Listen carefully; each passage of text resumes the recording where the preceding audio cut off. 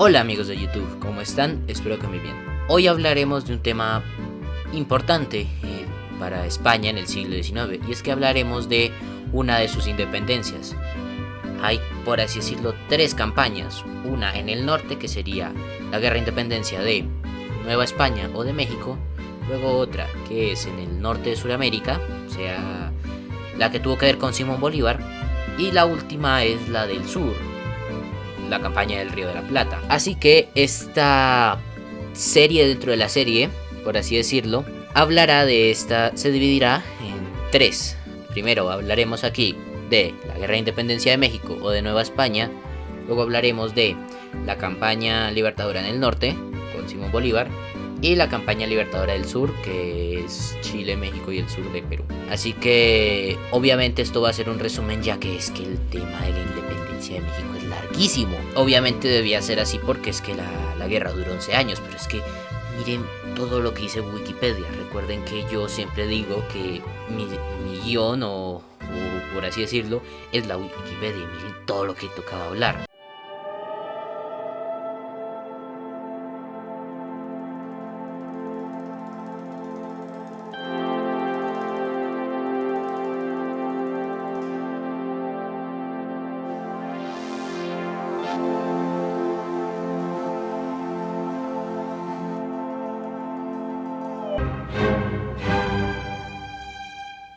Así que bueno, obviamente omitiré una que otra cosilla y me centraré en lo más importante.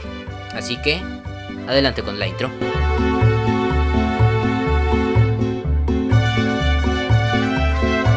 Hay que situarnos. Habían pasado 2 años desde que empezara la guerra de independencia española, así que las colonias estaban un poco a su bola, por así decirlo. También teniendo en cuenta que en 1808 ya se había intentado, por así decirlo, una declaración de independencia. Inspiró a personas como Miguel Hidalgo o el cura Hidalgo, a Ignacio Allende y a Ignacio López Rayón. Este último será el más importante, digamos, como en lo longevo, porque este va a ser el que durará toda la guerra prácticamente. Así que bueno, básicamente lo que pasó es que Hidalgo y estas otras dos personas estaban planeando una independencia. Sin embargo, los pillan, y así es como el 16 de septiembre el cura Hidalgo hace el famoso grito de Dolores, en donde el 17 de septiembre empieza la guerra de independencia de Nueva España. La campaña empezó súper bien, de hecho, ya que empezaron con victorias como el de la toma de Aljondiga o la batalla de Zacoalco, nombres mexicanos. Y si bien tuvieron una que otra derrota, porque tampoco esto iba a ser un camino de rosas como en Puerto de Carroza, al final la guerra pintaba bastante bien. De hecho, llegando al punto de que Ciudad de México estaba totalmente desprotegida e Hidalgo podría terminar la guerra en 1811. Sin embargo, por razones del destino, decidió no entrar a Ciudad de México. Esto le costó bastante, sobre todo porque los españoles o realistas se lograron reorganizar y se creó la batalla del Puente de Calderón, en donde pues fue el punto de inflexión, por así decirlo, en esta etapa de la guerra. Después pasó la batalla de San Ignacio de Piaxtla, otra derrota, y en 1811, unos meses después de estas derrotas, el cura Hidalgo y otros líderes como Ignacio Allende fueron asesinados. Sin embargo, Ignacio López Rayón logró sobrevivir a esta etapa y se convirtió en el líder, por así decirlo, de México independiente, Nueva España independiente, como le quiera llamar. Así que entramos a la segunda etapa, en donde entra alguien súper importante, José María Morelos y Pavón, también conocido como José María Morelos simplemente. Este tipo era tan bueno que recibió elogios del mismísimo Napoleón Bonaparte, uno de los mayores generales del siglo XIX, que durante un tiempo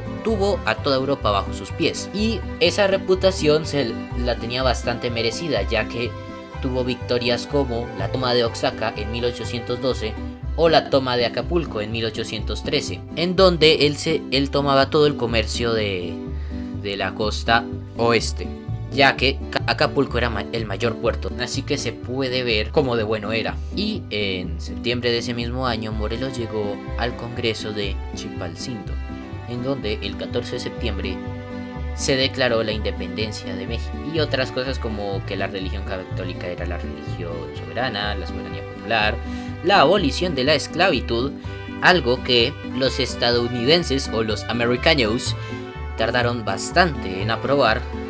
O sea que a ver quiénes eran los colonizadores buenos y quiénes eran los colonizadores malos, y otras cosas como la eliminación de la tortura.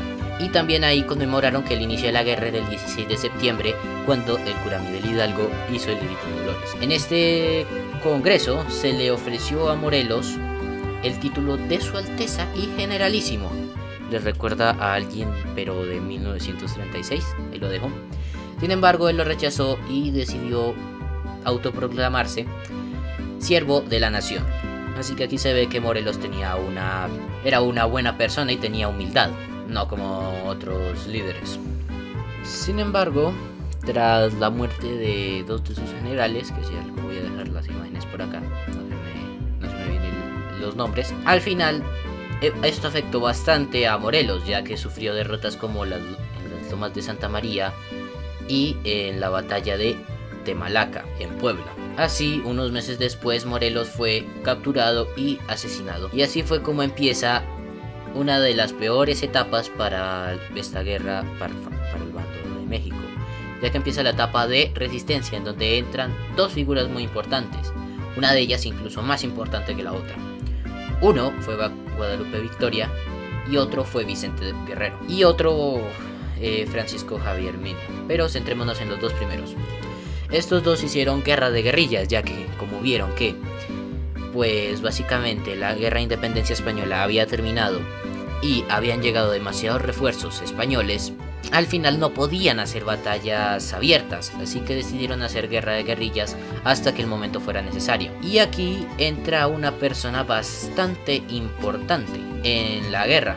Entró alguien muy importante en la historia de la guerra civil de México, Juan Ruiz de Apocada desembarcó en Veracruz para sustituir a Félix María Calleja, el anterior virrey. Bueno, básicamente este tipo en 1816 hizo lo siguiente: firmó que los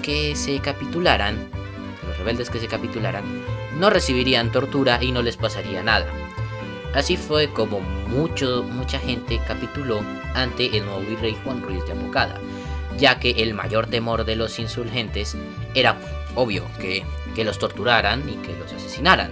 Así que bueno, al parecer la guerra no pintaba nada bien contra los rebeldes. Sin embargo, Guerrero resistió hasta el final y esto ayudó bastante a la independencia de México. Por eso es que Guerrero es tan importante, ya que él nunca se entregó y siguió luchando. Y esto será importante ya para la última etapa, en donde entra uno de los más importantes, una de las personas más importantes de la historia. Además de Guerrero, claro está, que él estuvo hasta el final peleando contra España, Agustín de Iturbide, quien también se conocerá porque fue el primer y único emperador del primer imperio mexicano.